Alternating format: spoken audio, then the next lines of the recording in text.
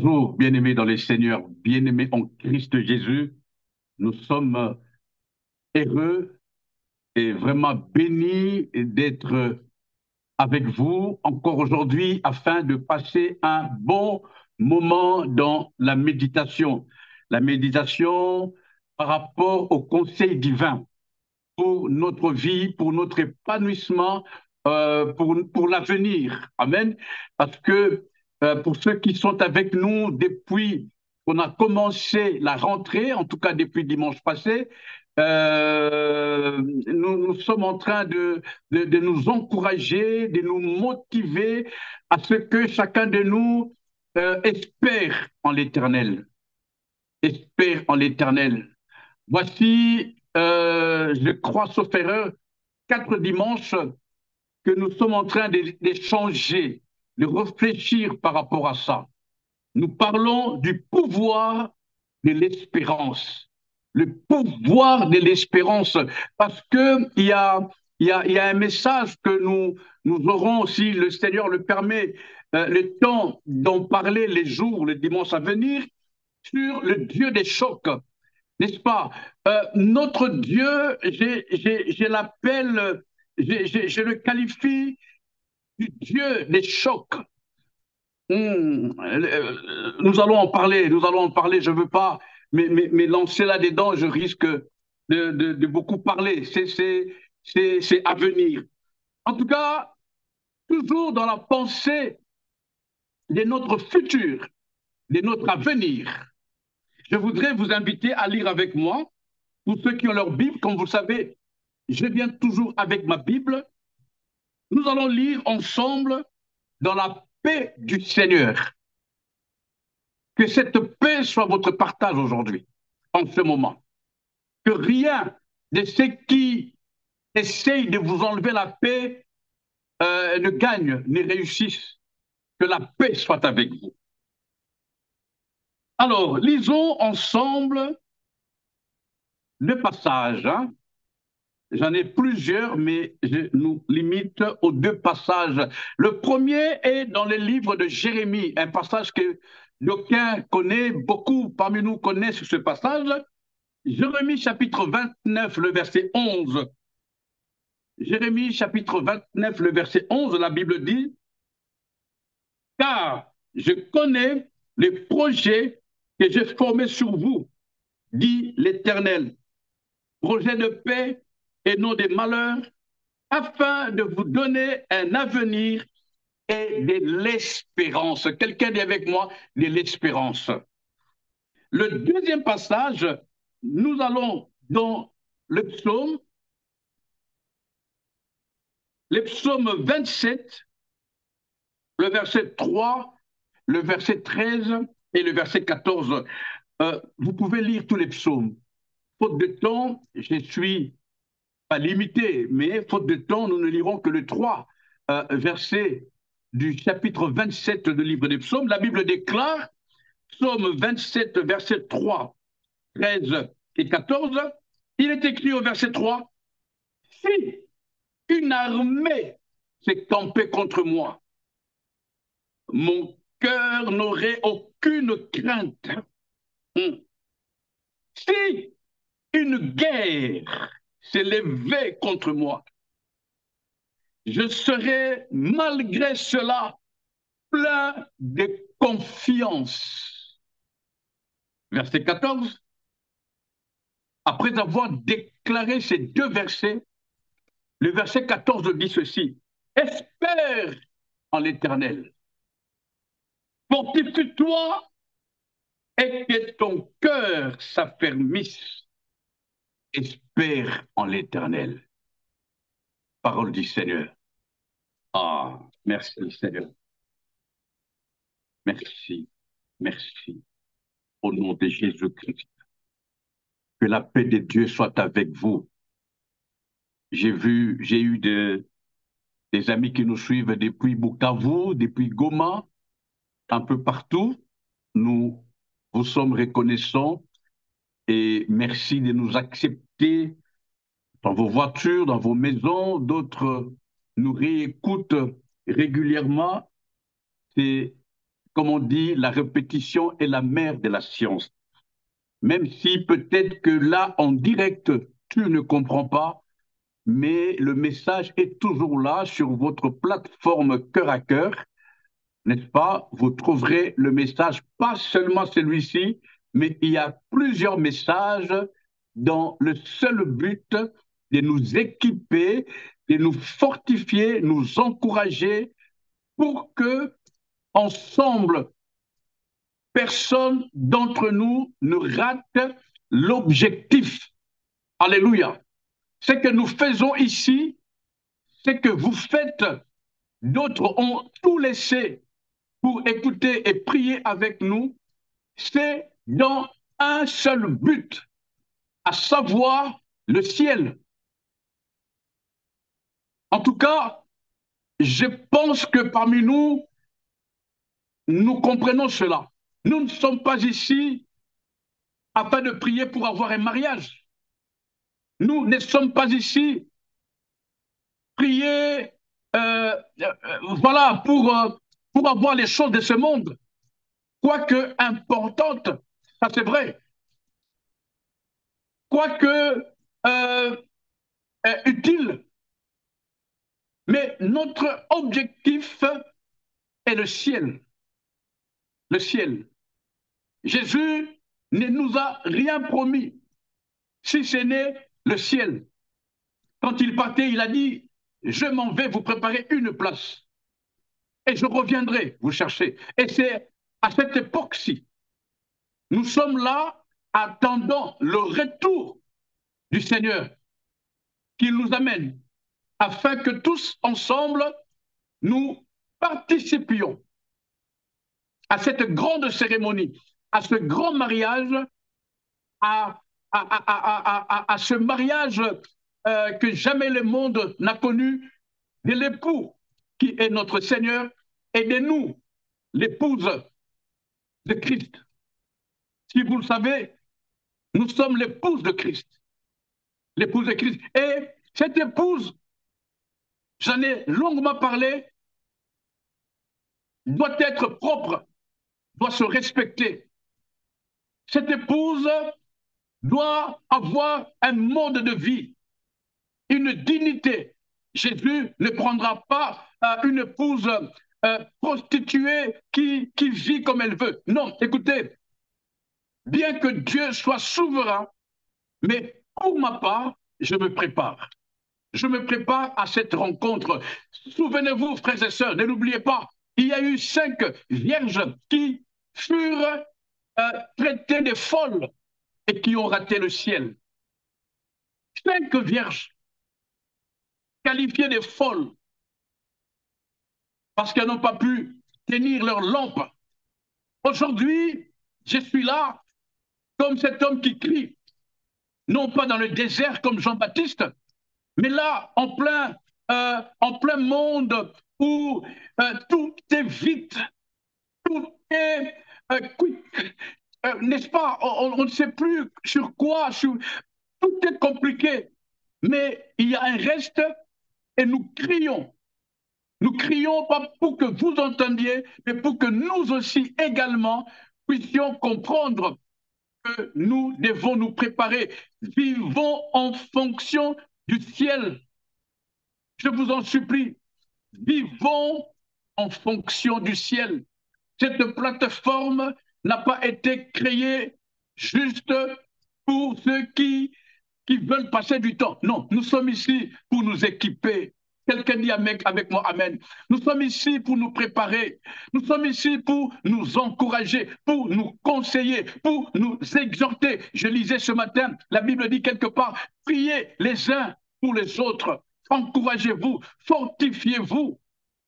C'est ça, c'est ça. Si quelqu'un parmi nous est plongé dans l'alcool, nous ne le critiquons pas, nous ne l'achevons pas, mais nous l'encourageons. Si quelqu'un parmi nous est en train de vouloir tromper sa femme, tromper son mari, vivre une vie qui ne plaît pas à Dieu, nous sommes là ensemble pour nous encourager mutuellement. Notre objectif, c'est le ciel. C'est le ciel. Et ceux qui vont accéder. C'est ceux qui, comme Paul, peuvent dire, le Dieu à qui j'appartiens. Nous en avons longuement parlé. Paul dira, l'ange du Dieu à qui j'appartiens. Paul était convaincu qu'il appartenait à Dieu. Et aujourd'hui, nous nous faisons cette réflexion digne, valable, cette réflexion d'honneur. À qui appartiens-tu? À qui appartiens-tu? À qui appartiens-tu? À qui appartiens-tu? À qui appartiens-tu? C'est parce que tu appartiens à Dieu que ton espérance tient ferme. Alléluia. C'est parce que tu appartiens à Dieu. Je suis en train, pourquoi est-ce que je nous parle de ça? Je pense que c'est un message qui tombe à pic. Oui, c'est un message vraiment, je vous garantis, c'est un message qui tombe à pic. Parce que, comme je l'ai toujours dit, je n'ai jamais vu, en tout cas jusqu'à cet âge, je n'ai pas encore vu quelqu'un qui vit sans espérance. Je n'ai pas encore trouvé une personne dire qu'elle n'a pas d'espérance. Nous espérons tous en quelque chose. Même les méchants, ils espèrent que tu meurs. Même le méchant, il espère que tu meurs afin que lui bénéficie de tout ce qui est à toi. Il y a, je l'ai dit, des gens qui espèrent la mort de sa rivale pour qu'elle reste seule avec le mari. Je n'ai pas encore vu quelqu'un sur cette terre qui n'a pas d'espérance. Aidez-moi, mettez un commentaire si vous connaissez quelqu'un qui n'a pas d'espérance. Tout le monde espère en quelque chose. C'est un point capital. Même les animaux, je regarde souvent ces documentaires sur les animaux, même les lions espèrent trouver une antilope. L'antilope espère s'échapper de griffes du léopard. Même le crocodile, vous savez, je voyais un groupe des antilopes, je crois, qui voulaient passer de l'autre côté de la rivière. Mais ils étaient en train d'hésiter. Ils étaient en train d'hésiter. Et il y avait leur leader qui était devant. Pourquoi? Parce qu'ils étaient sûrs qu'il y avait des crocodiles à gauche et à droite qui n'attendaient que leur passage pour aller les dévorer. Et ces groupes d'antilopes n'avaient qu'une pensée à ce moment-là, c'est espérer atteindre l'autre bout et ne pas être dévoré. Écoute, espère en l'Éternel, espère en Dieu. Quelqu'un peut dire avec moi, j'espère en Dieu. Quelqu'un peut dire avec conviction, j'espère en Dieu. J'espère en Dieu, j'espère en Dieu. Pourquoi? Parce qu'il dit lui-même au verset 11 de Jérémie 29, si la régie peut m'afficher ce passage, car je connais. Hein, je n'ai pas le temps d'aller dans tous les chapitres. J'espère que parmi nous, il y a des lecteurs de la Bible. Et commence le verset 11 par car je connais. Le car là, c'est pour comme nous dire combien ce qu'il a dit avant est capital. C'est comme pour dire, tu n'es pas sur terre parce que tu l'as voulu. Mon bien-aimé, toi qui pries avec moi aujourd'hui, tu n'es pas ici-bas sur terre parce que tu l'as voulu. Je n'ai pas vu quelqu'un dire, Seigneur, envoie-moi sur terre. Non, toi et moi, nous sommes retrouvés un jour sur cette planète appelée Terre. Nous y sommes pour un seul but. Nous y sommes pour un seul but. Je le répète, nous sommes ici-bas sur terre pour un seul but, faire la volonté de Dieu. C'est lui qui nous a envoyés. Et il dit, je connais. Ah, Dieu connaît. Ah, Dieu connaît. Dieu connaît. Quand il dit connaître, c'est dans la dimension de je connais et je maîtrise. Amen. Je n'ai pas le temps d'aller dans l'étude biblique, mais si vous nous permettez de lire entre les lignes, selon ce verset, Dieu voulait dire par là, Non seulement je connais, mais je maîtrise, je contrôle, je suis au contrôle. Si tu comprends ce que je te dis, tu vivras en sécurité. Il dit ceci, car je connais le projet que j'ai formé sur vous, le projet de paix et non de malheur, afin de vous donner un avenir et de l'espérance. Je disais ceci, notre espérance a un socle, notre espérance a un fondement, notre espérance est bâtie et ne peut être bâtie pour nous autres qui croyons en Jésus. Notre espérance n'est bâtie et ne peut être bâtie que sur la parole de Dieu. Quoi que je traverse, quoi que tu traverses, quoi que tu vives en ce moment, quoi que tu aies comme adversité maintenant, pose ton espérance sur le Dieu de la Bible. Oui, je prêche le Dieu de la Bible. C'est lui qui connaît, c'est lui qui maîtrise, c'est lui qui a le contrôle, c'est lui qui connaît le lendemain. Il a formé pour toi le projet de bonheur, le projet de paix, comme je disais, des projets de paix pour un avenir meilleur, pour te donner. Sans espérance, il n'y a pas d'avenir. Qui comprend ça? Il n'y a pas d'avenir sans espérance. Je suis même allé jusqu'à dire, sans avoir peur, sans espérance, il n'y a pas de vie. Il n'y a pas de vie. Il n'y a que le vivant. En tout cas, ceux qui sont encore sur cette terre, il n'y a que eux qui peuvent espérer. Un mort n'espère plus en rien. C'est pourquoi il est dit dans la parole, ce message puissant qui dit, tant qu'il y a la vie, il y a l'espoir. Ah. Tant qu'il y a la vie, il y a l'espoir.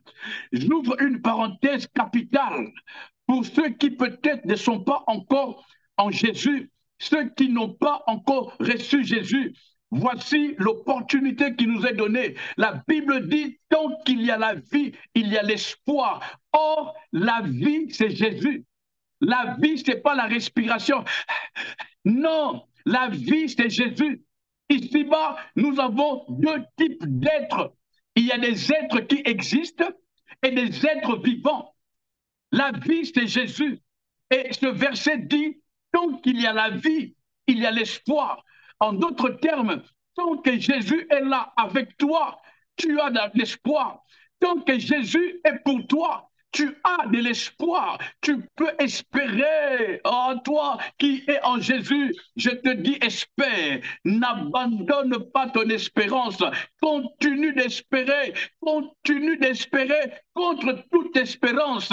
Continue. Même toi qui vis des temps difficiles maintenant, continue d'espérer. Espère en l'Éternel. Espère en l'Éternel. Espère en l'Éternel. Il ne t'abandonnera pas. Il dit, j'ai formé pour toi des projets de bonheur, des projets de paix. Et c'est pourquoi un homme disait dans la Bible, toujours dans les psaumes 27, les 3 versets que j'ai pu prendre par l'aide du Saint-Esprit, il a dit au verset 13, les psaumes 27, verset 13, l'homme de Dieu dit ceci. Oh! Ah, j'aime comment il commence ce verset. Oh! C'est un cri de guerre, c'est un cri de foi, c'est un cri d'assurance, c'est un cri de persévérance, c'est un cri du départ et non du recul, c'est un cri pour avancer. Il dit, oh, quelqu'un peut crier avec moi, oh, quelqu'un peut dire, oh, écoutez ce qu'il dit, le psaume 27, le verset 13, si je n'étais pas sûr. Ah, j'aime beaucoup ce verset. J'aime beaucoup ce verset. Oh, si je n'étais pas sûr de voir la bonté de l'Éternel sur la terre des vivants. Quelqu'un dit avec moi, je suis sûr. En tout cas, moi qui vous parle, vous voyez comment je le dis même avec la transpiration de ces studios, la chaleur plutôt, je le dis avec force, je suis sûr de voir la bonté de Dieu. Est-ce que quelqu'un peut dire avec moi, je suis sûr de voir la bonté de Dieu? Ah, est-ce que tu peux le dire pour que le monde de ténèbres l'entende?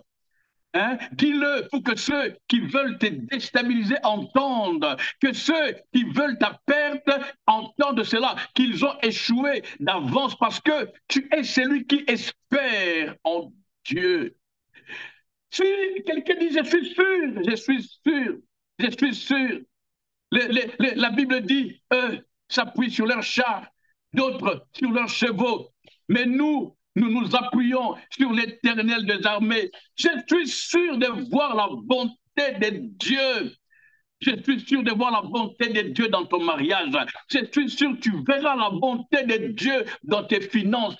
Je suis plus que convaincu que tu vivras la bonté de Dieu dans la vie de chacun de tes enfants. Je suis sûr et convaincu que tu connaîtras la bonté de Dieu. Ne lâche pas. Espère en l'Éternel. C'est comme ça qu'il termine le verset 14 en disant, espère en l'Éternel. Fortifie-toi et que ton cœur s'affermisse. Espère en l'Éternel, espère en l'Éternel. Vous savez, celui qui est en train de dire ça, c'est quelqu'un qui était dans une situation terrible. Lisez avec moi le verset 3. Toujours le psaume 27, le verset 3. Il dit ceci, si une armée se campait contre moi, mon cœur n'aurait aucune crainte. Il n'a pas dit si des voleurs ou des méchants. Il dit c'est une armée. Pas se camper contre mon pays, mais contre moi. Vous savez, il y a toute une armée de méchants qui veulent ta mort. Il y a des hommes et des femmes qui se sont réunis ensemble. Il y a même, je ne sais pas si tu as déjà vécu ça ou si tu as déjà connu ça, il y a des gens qui ne s'entendent pas, qui ne se parlaient pas. Mais maintenant, juste pour te nuire, juste pour voir ta mort, ils se sont mis ensemble, ils se sont réconciliés pour voir combien tu vas souffrir. Il y a toute une armée. Ne prends pas ça à la rigolade. Tu n'es pas n'importe qui. Tu n'es pas attaqué parce que tu es belle. Tu n'es pas attaqué parce que tu as l'argent. Mais le diable veut te déstabiliser. Pourquoi? Parce que tu es qualifié pour le ciel. Il y a une place qui est préparée au ciel pour toi. Et maintenant, le diable vient pour te disqualifier et que tu ailles dans une vie qui ne plaît pas à Dieu, que tu embrasses le chemin qui ne plaise pas à Dieu, que tu réunis ta foi et que tu changes de cantique. C'est le but poursuivi par le diable. Laissez-moi nous dire encore ceci. Le diable n'a que faire de nos habits, que faire de nos bijoux. Il s'en fout de l'argent que nous avons, autant de millions que tu peux avoir. Il s'en fout. Le problème du diable, c'est qu'il veut te disqualifier. Je te le dis au nom de Jésus, étant convaincu par le Saint-Esprit. Le Seigneur me convainquait. Le Seigneur était en train de me convaincre. Pépé, tiens ferme. Tiens ferme, tu peux tout perdre, tu peux perdre ton emploi, tu peux perdre ton argent, tu peux perdre ta maison, mais ne perds pas ta crédibilité auprès du Seigneur, ne vends pas ta place au ciel. C'est une place qui a coûté la vie du Seigneur des Seigneurs. Son sang a coulé pour que tu aies cette place. Souvenez-vous, il est dit, nous qui étions morts, nous qui étions ennemis, nous qui étions appelés, considérés comme les gens du dehors, mais Christ Jésus est venu, il a donné sa vie et nous a rachetés afin de nous permettre d'entrer, car le voile est déchiré et que nous passions dans le Saint des Saints et que nous puissions nous asseoir ces jours-là dans cette salle magnifique. Sûrement, impossible d'expliquer comment sera cette salle. C'est ça le but. Le diable, son but, c'est de nous disqualifier. C'est pourquoi le Saint-Esprit nous convainc, vous et moi, à ce que, en ce dernier temps, nous puissions fortifier notre espérance. Ici, le monde est tellement compliqué. Quelqu'un me disait, je n'attends plus rien de personne parce que tout le monde, et c'est du chacun pour soi. Je t'en supplie, fortifie-toi. Fortifie-toi. Puise ta force sur ton espérance. Ne te laisse pas abattre, ne te laisse pas distraire par ce qui te manque, par les choses matérielles, les choses de ce monde, le pécadille, la distraction, que ces choses ne t'empêchent pas. Parce que savez-vous les dangers du manque de l'espérance? C'est de ça que nous parlerons le dimanche prochain.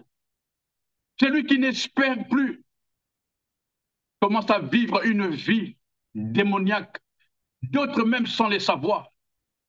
Quelqu'un qui n'a plus d'espérance devient jaloux. Quelqu'un qui n'a plus d'espérance devient haineux. Quelqu'un qui n'a plus d'espérance devient fade, morose, aigri et diabolique. Quelqu'un qui n'a pas d'espérance ne vit pas, il existe. Parce que l'espérance est je disais l'autre fois, l'espérance est un domaine positif réservé à ceux qui ont Dieu, ceux qui ont bâti leur foi sur Jésus, le roc, la puissance, celle qui soutient notre espérance. Garde ton espérance, garde ton espérance. Le fruit de l'espérance, la récompense de l'espérance, c'est qu'un jour, tu seras compté parmi ceux qui seront dans ces jours, dans cette salle des noces, pour le mariage de l'agneau, pour le mariage de l'agneau. Alors, Hébreu va nous encourager. Bien sûr, si la régie est toujours là à nous afficher ce passage. Hébreu, le chapitre 10, le verset 35 et 37, il nous encourage et il dit ceci. N'abandonnez donc pas votre assurance. N'abandonnez donc pas votre assurance à laquelle est attachée une grande rémunération. Verset 36. Car vous avez besoin de persévérance afin qu'après avoir accompli la volonté de Dieu, vous obteniez ce qui vous est promis. Encore un peu de temps, celui qui doit venir viendra et il ne tardera pas. Il ne tardera pas. Celui qui doit venir viendra. Et il ne tardera pas, il ne tardera pas, il ne tardera pas. Et je prie que ton âme se confie en Dieu. Que ton âme se confie en Dieu. Au nom de Jésus. Au nom de Jésus. Que ton âme se confie en Dieu. Que ton âme se confie en Dieu. C'est une prière qui est faite dans la Bible. Oui, mon âme, confie-toi en Dieu, car de lui vient mon espérance. L'espérance ne vient que de Dieu. L'espérance ne vit que sur Dieu. L'espérance dépend de Dieu. L'espérance, c'est quelque chose qui me donne la force de tenir. Que mon cœur n'envie point les pécheurs et que je vive seulement dans la crainte de Dieu. Mon espérance ne sera pas anéantie tant que je resterai bâti sur Jésus. Mon espérance ne sera pas anéantie. Non, mon espérance ne sera pas anéantie. Pourquoi? Parce que j'ai mis ma confiance en ce Dieu vivant. J'ai mis ma confiance en ce Dieu vivant. Parce que sans confiance en Dieu, l'espérance sera vaine. Sans confiance en Dieu, je ne peux pas tenir. Tout à l'heure, je vais aller au travail. Je le dis, donne un exemple simple. Tout à l'heure, je vais aller au travail. Et quand je vais au travail, c'est parce que j'ai confiance dans le patron. J'ai confiance parce que je sais qu'à la fin du mois, il va me payer. J'ai vu un ami ici, dans le pays où je suis. qui dit, j'ai arrêté de travailler.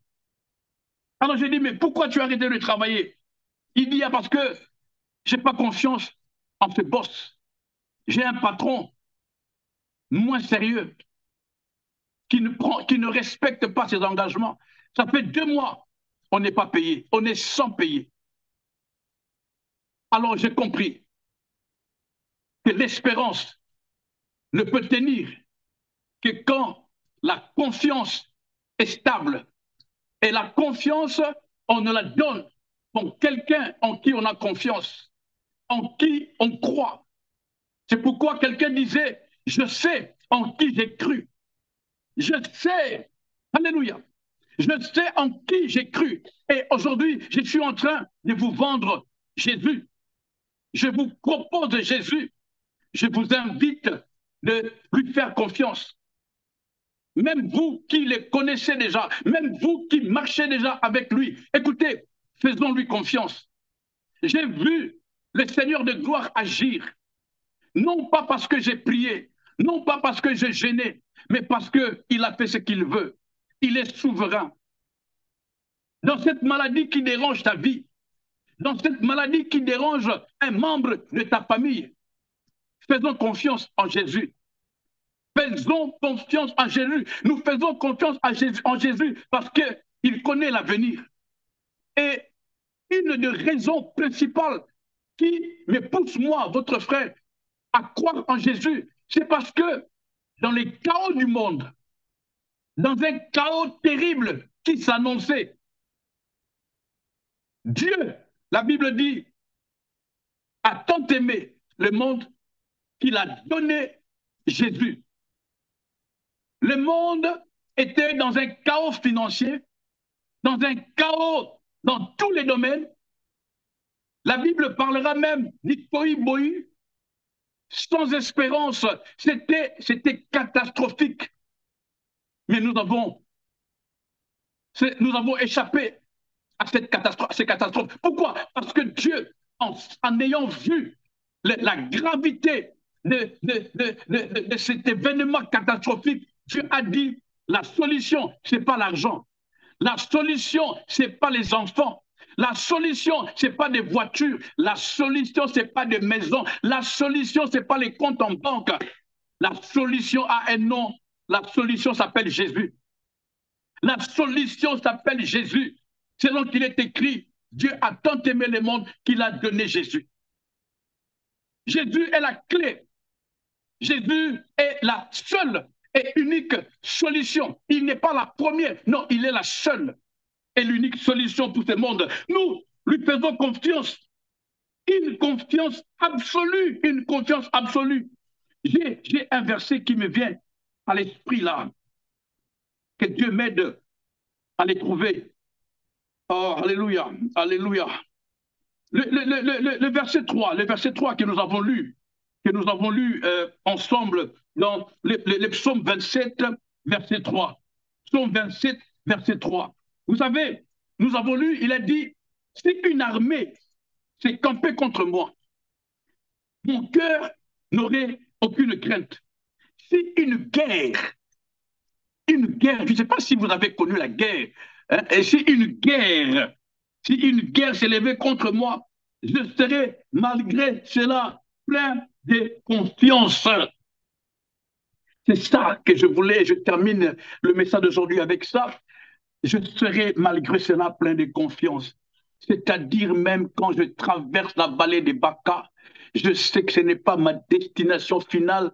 Je veux la traverser. Et même le verset dit, quand je traverse, ne pense pas que là où tu es, c'est ta destination finale. Avec Dieu, on avance. N'est-ce pas qu'il est écrit de gloire en gloire? D'autres disent même de succès en succès, de victoire en victoire. Ce n'est pas parce que la mer rouge est devant toi que ça sera ta destination finale. Tu ne mourras pas dans le désert. Tu n'as pas été créé pour échouer, encore moins dans le désert. Ta vie est celle que Dieu a écrite avant même que tu ne sois formé dans les seins maternels. Mais bien-aimés dans le Seigneur, vous qui êtes là, je vous je vous prie de croire en ces puissantes paroles qui sortent de ma bouche en étant qu'un ouvrier utilisé par Dieu pour vous transmettre ces encouragements qui viennent droit du trône de grâce.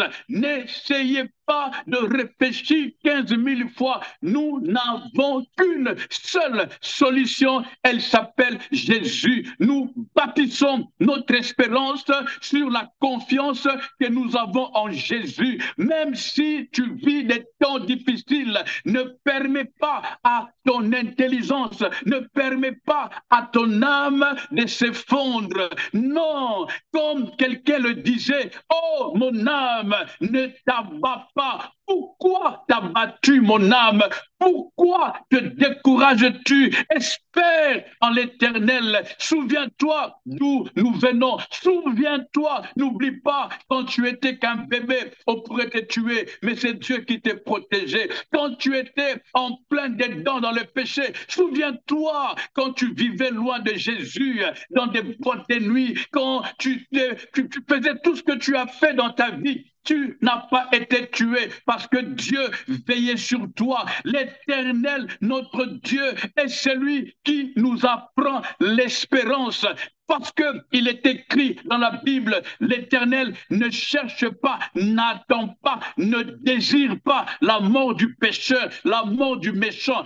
La Bible dit, mais il use de patience. Il use de patience. Je le répète encore, Dieu lui-même use de patience, c'est-à-dire il prend la patience, il travaille sa patience, il négocie sa patience, il réfléchit 7 000 fois. Pourquoi il attend que le méchant, c'est-à-dire celui qui est loin de lui, revienne à lui? Dieu ne veut pas que tu meurs.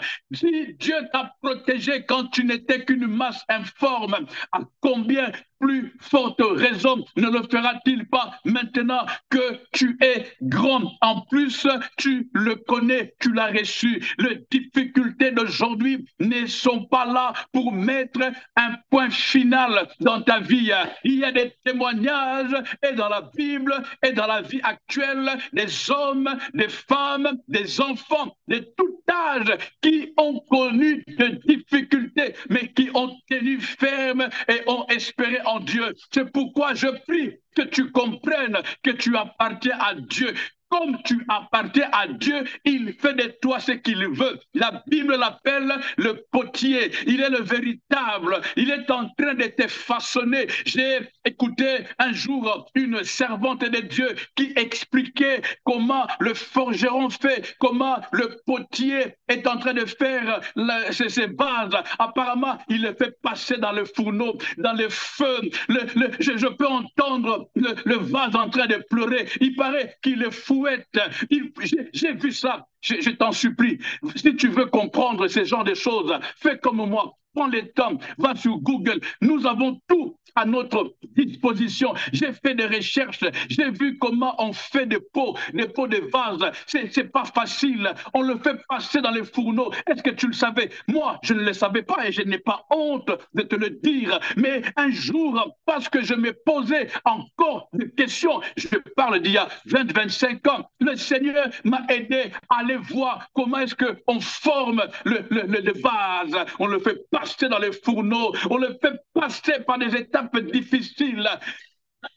Les difficultés ne sont pas là pour t'abattre. Quelqu'un m'a même expliqué, j'ai aimé. Ah, pour qu'une photo, je ne sais pas comment les termes, il avait dit ça, pour qu'une photo devienne photo et qu'on la voie, on la fait passer dans une chambre noire. Espère en l'Éternel, espère en Dieu, espère en Dieu.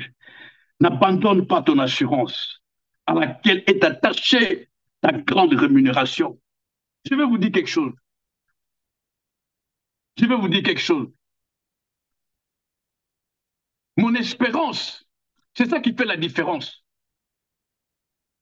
Mon espérance n'est pas de gagner les choses de ce monde. Ce que je vous dis est un secret capital que beaucoup ne disent pas parce qu'ils veulent que vous dépendiez d'eux. Non, moi je veux que tu dépendes de Dieu. Ton espérance ne doit pas dépendre, ne doit pas avoir pour objectif les choses de ce monde, quoique capital ou important. Mon espérance est bâtie, mon espérance est focus sur la grande rémunération. Quelqu'un dit avec moi la grande rémunération. C'est ce que Hébreu dit à son 10e chapitre, le verset 35. Mon espérance est bâtie, mon espérance est focus, focalisée sur l'objectif, c'est-à-dire le ciel. Le ciel, la place que Dieu, Jésus, est allé préparer pour moi, c'est ce que j'appelle la grande rémunération. Parce que celle-là, personne ne me la prendra. Elle est pour la vie éternelle. Tout ce qui est dans ce monde, la Bible dit, a une durée éphémère. On voit aujourd'hui, demain on ne verra pas. Il y en a qui avaient comment on appelait, des Nokia. Après, il y a eu des ceci. Aujourd'hui, nous avons des Samsung Fold. Et puis Fold 1, Fold 2, Fold 3, ça continue. C'est pour comprendre que ce que nous voyons aujourd'hui ne sera peut-être pas là demain. Et en plus, il n'y a rien de nouveau, dit Ecclésiaste. Tout ce qui est a déjà été. En tout cas, pour nous, hommes, moi, garçon, par exemple, qui pouvait imaginer qu'on allait mettre les costumes que nos parents ont mis en 1935? Mais c'est revenu à la mode. J'ai dit, oh mon Dieu, c'est pourquoi je bats mon espérance, je bâtis mon espérance plutôt sur la grande rémunération, celle qui ne me sera jamais ôtée, celle qui ne me sera jamais volée. Et cette grande rémunération nécessite une grande persévérance, non pas dans les choses de ce monde, mais dans la capacité de m'affermir. C'est pourquoi je veille sur moi. C'est pourquoi je continue de veiller sur l'enseignement que je reçois. Quelqu'un me disait, on ne lit pas tous les livres. Il faut sélectionner le livre à lire. Et on n'écoute pas tous les enseignements. Il y a des enseignements qui nous poussent à nous attacher aux choses de ce monde. Et quand nous les avons reçus, et c'est fini, il n'y a pas d'avenir.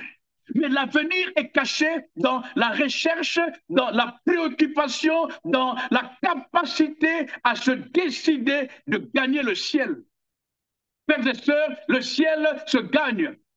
On n'arrive pas au ciel en se réveillant pataboum. Non, le ciel se mérite. Il faut le mériter. C'est une grâce.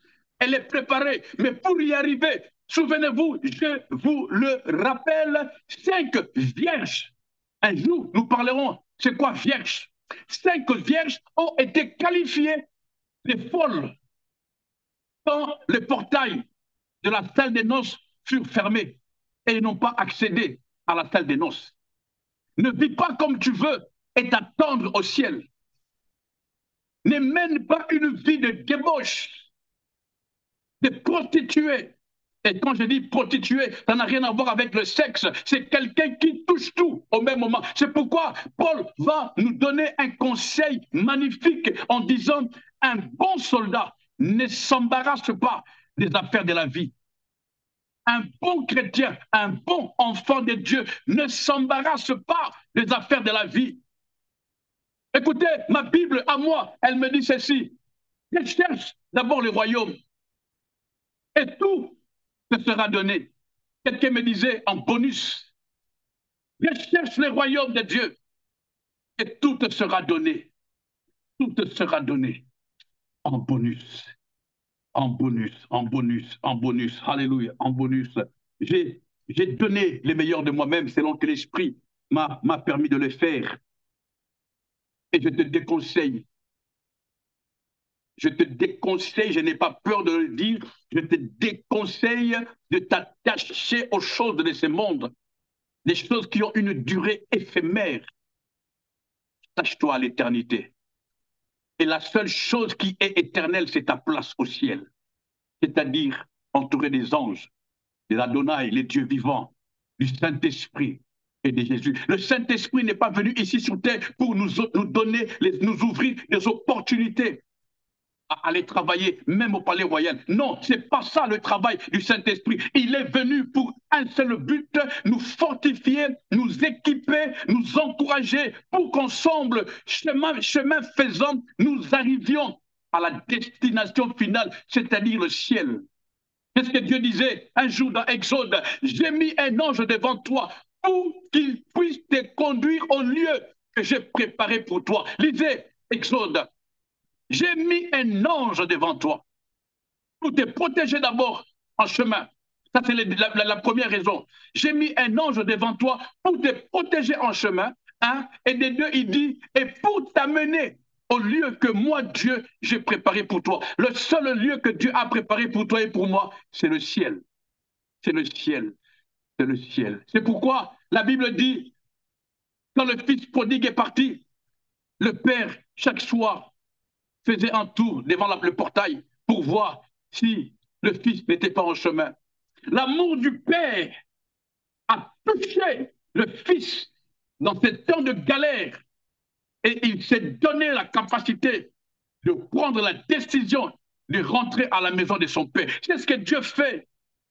L'amour de notre Dieu est tellement puissant, cela nous attire à lui. Quelqu'un a dit, il est tellement bon que je ne sais pas pécher contre lui. Sa bonté me pousse à la repentance. La bonté de Dieu me pousse à la repentance.